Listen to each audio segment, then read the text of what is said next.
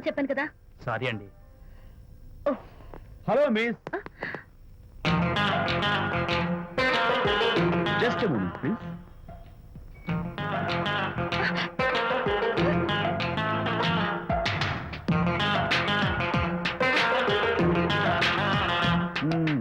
మీరు ఒక పురుగు. వాట్?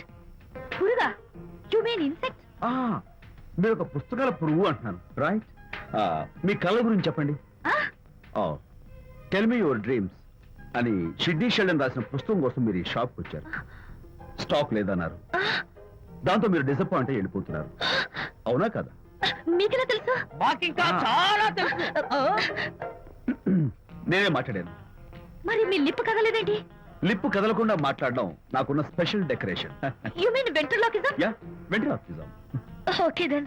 నేను ఆ బుక్ కోసం వచ్చానని మీకెలా తెలుసు? Face reading.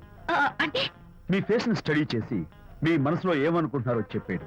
అయితే ఫేస్ చూసి అవతల వాళ్ళు ఏమనుకుంటున్నారో మీరు చెప్పగలుగుతారా? యా, నాకున్న స్పెషల్ డెకరేషన్ అదే. ఫర్ ఎగ్జాంపుల్, ఈ క్షణంలో మీరు నా గురించి ఏమనుకుంటున్నారో చెప్పమంటారా? యా. వీడికి ఫేస్ రీడింగ్ రాదు, పాడు రాదు. నేను ఓ పుస్తకం కొనడానికి వచ్చానని ఎలాగో తెలుసుకుని నాతో పరిచయం పెంచుకోవడానికి ఈ వ్యధావేషాలు వేస్తున్నాడు అని అనుకుంటున్నారు కదా? అవునా? ఇప్పుడైనా ఒప్పుకుంటారా నాకు ఫేస్ రీడింగ్ వచ్చని? You're really great. Thank you. మీ కాంప్లిమెంట్ కి నా gift. Tell me your dreams. Take it please. Thank you very much. It's okay. Miss Shanti. నేనే పిలిచాను. అన్నట్టు నా పేరు మీకెలా తెలుసా? అదే నాకున్న ఎక్స్ట్రా డెకరేషన్. ముందు నుంచి చూసి భావం, వెనక నుంచి చూసి నామం చెప్పగలను. వావ్. బై ద వే, నాకు ఈ ఇన్స్టెంట్ ఫ్రెండ్షిప్స్ అవి నచ్చవు.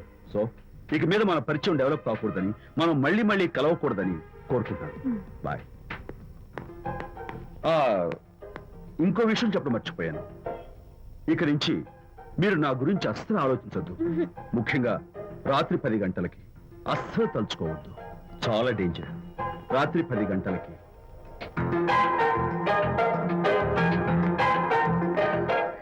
Typical guy.